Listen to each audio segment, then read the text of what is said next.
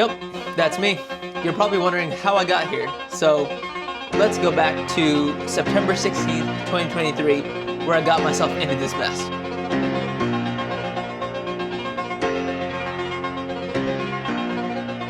So that day I watched a movie that y'all might know called Gran Turismo. I know the lines.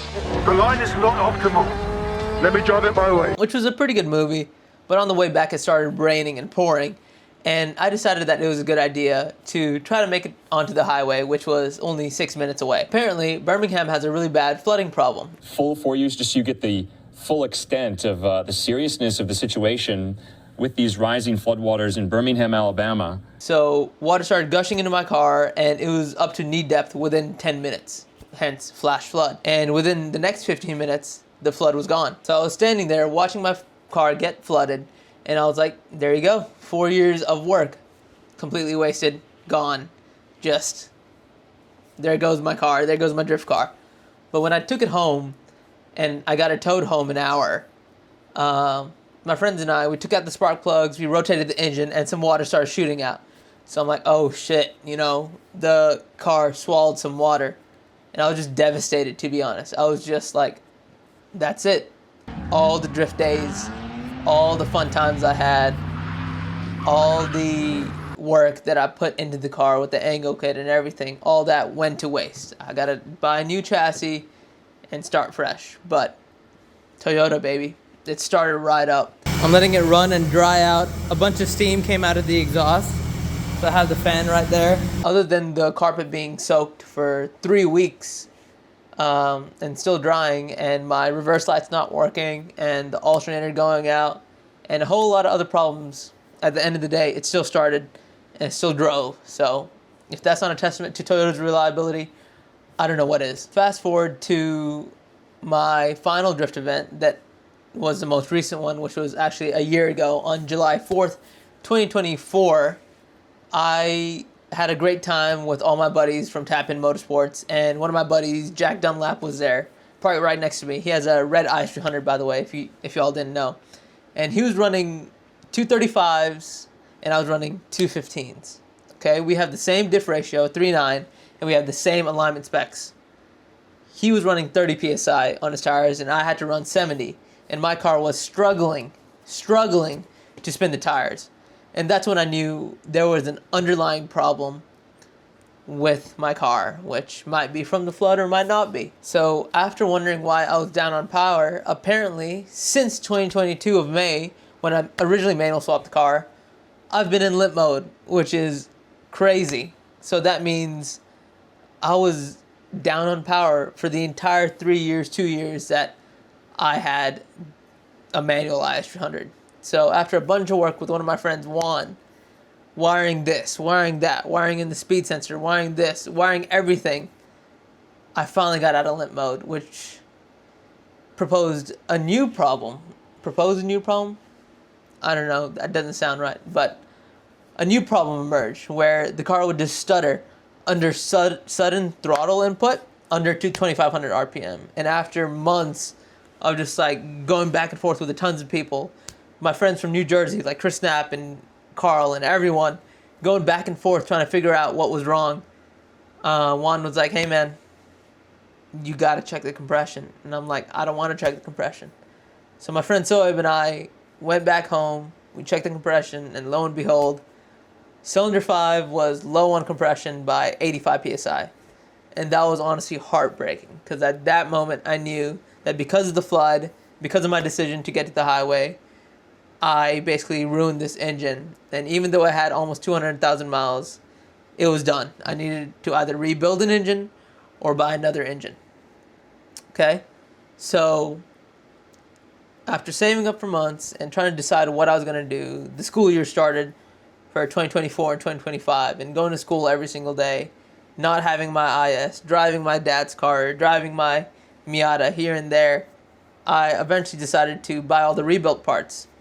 And we decided that Juan was going to rebuild my engine, but life got in the way. We got busy. I got busy with school. He got busy with life. And it just was going to take too much time. And who knows, if the machinist got to the head or the block and there was more problems, it would cost more money and more time.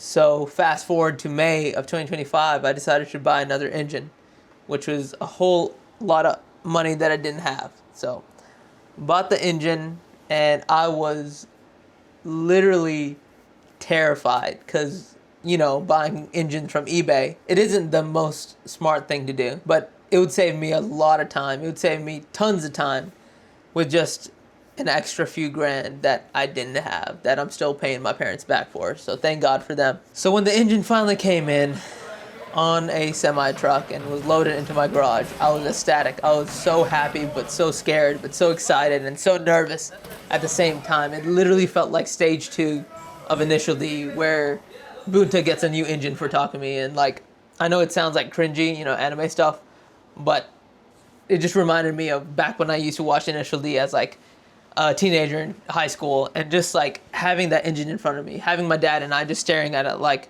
this is a huge project. And that's where that's where the title of the video comes from. It's I'm taking on a huge project, and I don't know if I could do it or not, but I knew that if I just work on it one day at a time, I'll get somewhere. And the place I didn't want to go is the place that most people go to when they have something like this happen. You see those cars abandoned in driveways. You see those cars abandoned in garages. You see those cars abandoned in its own yard.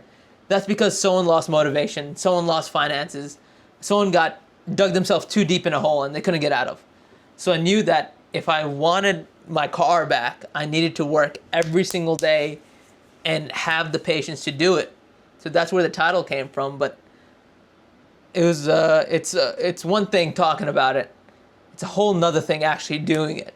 So thank God to my support system, my family and my friends. And I know that sounds cliche, but Juan and Ahmad, we dove deep in the engine, took out the engine. Jacob Wimpy and I, we took out the transmission, a few weeks before we took out the engine. And it was just a whole lot of work. Taking off you could say, oh yeah, I could take out an engine easy. Yeah, that's the easy part. The hard part is the small things, like taking off a crank bolt off of a 2J. Come on, that's 300 foot-pounds. One guy's hanging from a breaker bar like a monkey. Another guy's holding the engine so it doesn't tip over. Another guy's holding a flywheel with a damn flathead screwdriver, hoping that the screwdriver doesn't snap in half and smack him in the eye. All these little things, getting an engine harness that's not for your engine on the new engine, and then adapting your engine harness to the new engine, and then realizing that a lot of clips are broken on your engine harness. So you have to take off clips from the new engine harness and put it in the old engine harness, and it's just a ton of work that you don't expect. So that's how people, get scared or lose motivation or just lose patience with their project. So day by day, first thing was take the transmission out with Jacob Wimpy. And I'm saying these names so I could shout y'all out and give y'all credit, because I couldn't do this without y'all.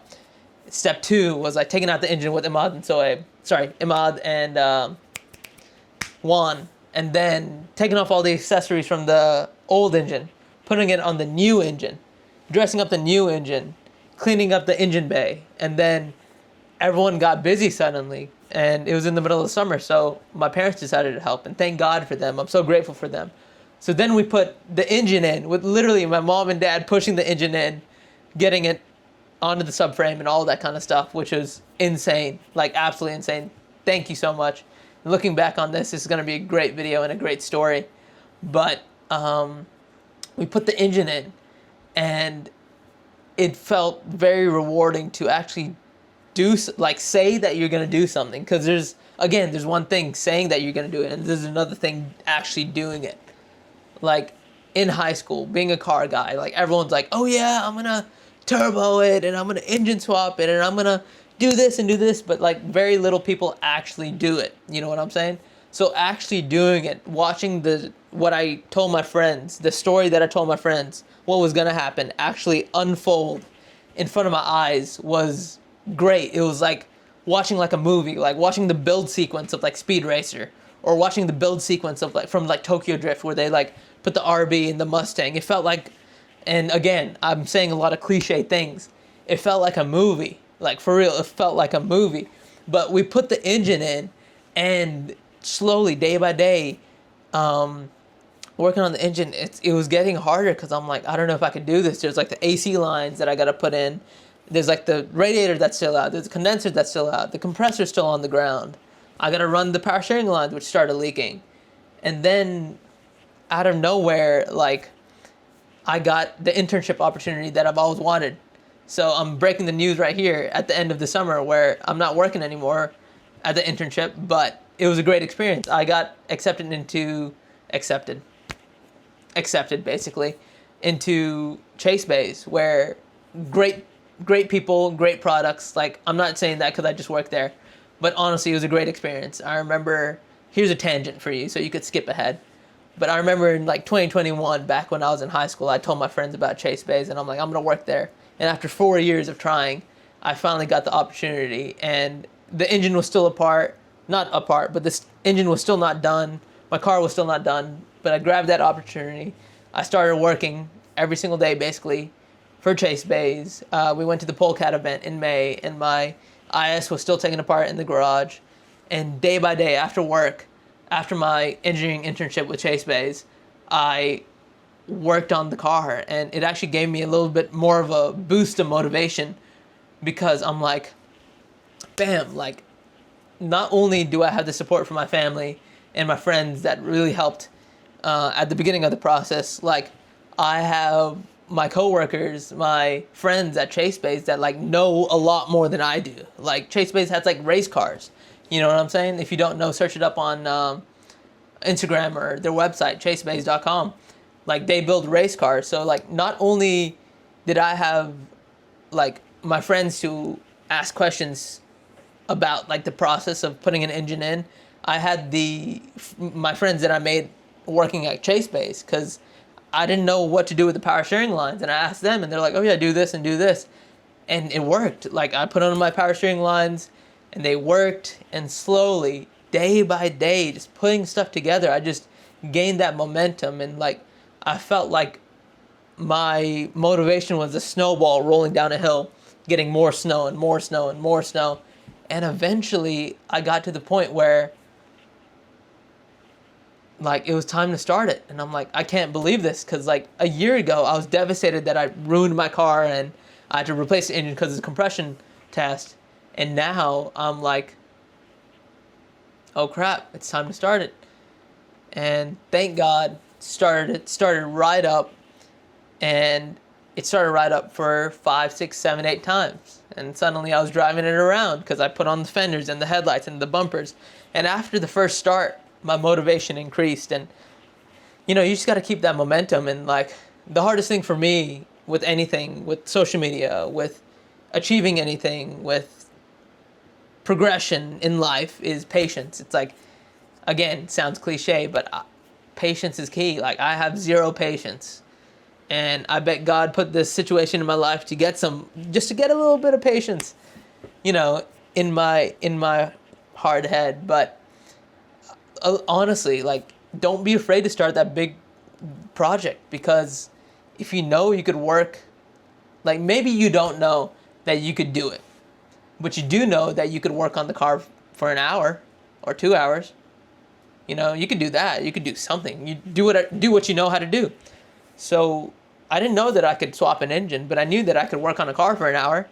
So every single day, you know, I would work on the car for an hour, and then eventually an hour and an hour and an hour. I was just stacking them bricks, and we put the engine in, and it fit, and it started.